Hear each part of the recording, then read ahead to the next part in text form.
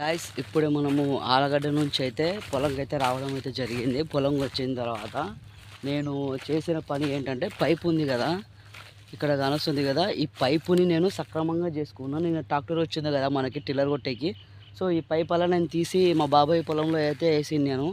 So నా friend గురుస్వామిని పిలుచుకొని వచ్చి ఈ పైపు ఇప్పుడు ఈ దావలోకి కాకోకుండా చూడండి, దావలోకి లేకుండా నేనైతే మా బాబాయ్ వాళ్ళ పొలంలో నుంచి అయితే తీసుకొని పోయినాను. చూడండి చక్కగా ఇంకా ఒకటే ఇంకా చూడండి చక్కగా. సో ఇట్లా చక్కగా తీసుకొని పోయి ఇంకా అక్కడ గట్టి అయితే ఎక్కించాను అన్నమాట. అదండి, ఎందుకంటే ఇప్పుడు మళ్ళీ మనకి ఏదైనా వెహికల్స్ వచ్చాయనుకోండి, ఇది 2-3 ఇయర్స్ నుంచి ఉందన్నమాట.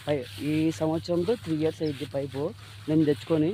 సో పాత పైప్ కాబట్టి పగిలిపోతుంది అనే భయంతో నేను మా బాబాయ్ చెప్పిండు మొన్న.